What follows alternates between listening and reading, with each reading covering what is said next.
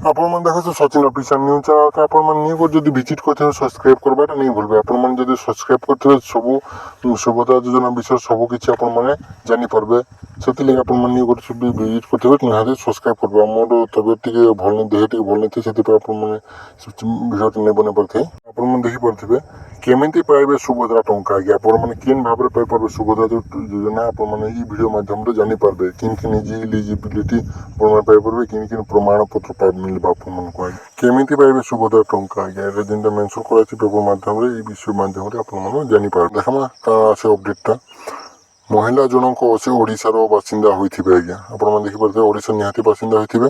ମହିଳା ବୟସ 23 ବର୍ଷରୁ 59 ମଧ୍ୟରେ ହୋଇଥିବା ଜରୁରୀ। ଆଜ୍ଞା ଦେଖିପାରୁଥିବେ ଯେ 60ରୁ କମ୍। ଆଜ୍ଞା 60ରୁ କମ୍ ହେବା ନିହାତି ଦରକାର, ଆଉ 23ରୁ ଅଧିକା ନିହାତି ହେବାର କଥା।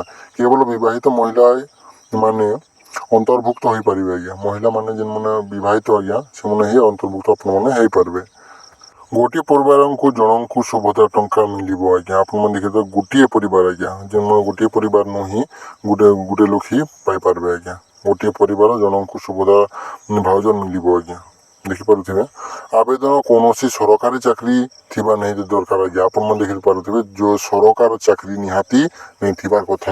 ଯଦି ଆପଣମାନେ ସୁଭଦ୍ରା ପାଇବାର ଲାଗି କହୁଛନ୍ତି ନିହାତି ସରକାରୀ ଚାକିରି ନେଇ ପାଇଥିବେ। ଆଜ୍ଞା ଅବିବାହିତ ମାନେ ଆବେଦନରୁ ବାଦ ପଡ଼ିବେ। ଆଜ୍ଞା ଆପଣମାନେ ଦେଖିପାରୁଥିବେ ବିବାହିତ ଅବିବାହିତ ମାନେ ହିଁ ବାଦ ପଡ଼ିବେ, ଆବେଦନରୁ ବାଦ ପଡ଼ିବେ। ଆଜ୍ଞା ପ୍ରମାଣପତ୍ର କାଣା କାଣା ଲାଗବା ଆଜ୍ଞା ଏଇ ଭିଡ଼ିଓ ମାଧ୍ୟମରେ ଜାଣିବା। ପ୍ରମାଣପତ୍ର ଯେନ୍ଟା ଦିଆହେଇଛି ଆଜ୍ଞା ଦେଖିପାରୁଥିବେ। ପ୍ରମାଣପତ୍ର ହେଲା ଫାର୍ଷ୍ଟ ହେଲା ଆପଣମାନେ ଦେଖିବେ ଆଧାର କାର୍ଡ଼। ଆଜ୍ଞା ଆଧାର କାର୍ଡ଼ ନିହାତି ଥିବା ଦରକାର। ତାପରେ ବ୍ୟାଙ୍କ ପାସବୁକ୍, ଠିକଣା ପ୍ରମାଣପତ୍ର ବୋଲେ ଗୋଟେ ଭିଡ଼ିଓ ମାଧ୍ୟମରେ ମୁଁ ବତେଇ ଦେଇଛି। ଆପଣମାନେ ଡିସ୍କ୍ରିପସନ୍ ବକ୍ସରେ ଦିଆଥିବ ସେମାନେ ଦେଖିନେବେ। ମୋବାଇଲ ନମ୍ବର ତ ନିହାତି ଥିବା ଦରକାର।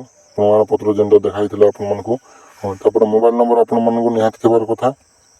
ତାପରେ ପାସପୋର୍ଟ ଫଟୋ ଆୟ ପ୍ରମାଣପତ୍ର। ଆଜ୍ଞା ଆପଣମାନେ ଦେଖିପାରୁଥିବେ ଯେନ୍ ମୋବାଇଲ ନମ୍ବର ପାସପୋର୍ଟ ଫଟୋ ତ ହେଇଗଲା।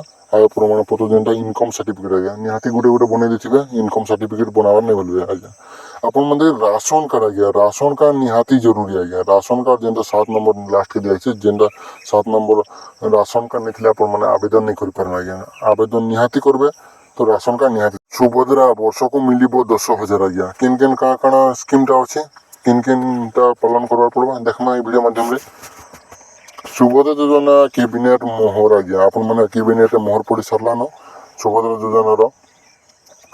ଆପଣମାନେ ଦେଖିବେ ମୋହର କ୍ୟାବିନେଟ୍ ସୁଭଦ୍ରା ଯୋଜନା ପାଇଁ ଆସିଲା SOP। ଆଜ୍ଞା ସୁଭଦ୍ରା ପାଇଁ ଆସିଗଲା SOP ଦେଖିପାରୁଥିବେ। SOP ଆସିଗଲା ନା ସୁଭଦ୍ରା ଯୋଜନା ପାଇଁ ଆସିଗଲା SOP। ଆଜ୍ଞା SOP ଘୋଷଣା କଲେ ମୁଖ୍ୟମନ୍ତ୍ରୀ। ଆଜ୍ଞା ମୁଖ୍ୟମନ୍ତ୍ରୀ ଯେନ୍ଟା ଘୋଷଣା କଲେ SOP ଲାଗି 21 ବର୍ଷରୁ ଅଧିକ 60 ବର୍ଷରୁ କମ୍ ମହିଳା ପାଇବେ ସୁବିଧା। ଆଜ୍ଞା ଆପଣମାନେ ଦେଖିବେ 21 ବର୍ଷରୁ ନିହାତି ଅଧିକା ହେଇଥିବାର କଥା, ଆଉ 60 ବର୍ଷରୁ କମ୍ ନିହାତି ହେଇଥିବାର କଥା।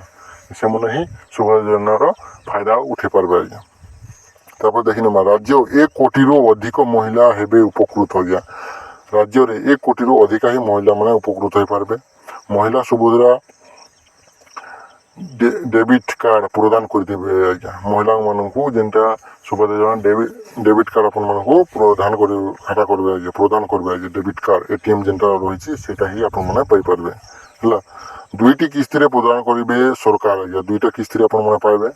5,000 ଟଙ୍କା ପାଇବେ କି 10,000 ଟଙ୍କା ପାଇବେ କହିନି ହୁଏ। 2 ଥର 10,000 ଟଙ୍କା ମହିଳାକୁ ମିଳିବ। ଆଜ୍ଞା 5 ବର୍ଷରେ 50,000 ଟଙ୍କା ପ୍ରଦାନ କରିବେ। ଆଜ୍ଞା ଆପଣ ଦେଖିବେ ପ୍ରଦାନ କରିବେ 5,000 ଟଙ୍କା 10,000 ଟଙ୍କା। ଆଜ୍ଞା ଯେନ୍ଟା 5 ବର୍ଷ ଯେନ୍ଟା କମ୍ପ୍ଲିଟ୍ ହେବ। ଆପଣମାନେ ଯଦି ଭିଡ଼ିଓ ଭଲ ଲାଗିଲା ତ ଆପଣମାନେ ନିହାତି ସବସ୍କ୍ରାଇବ୍ କରିବେ।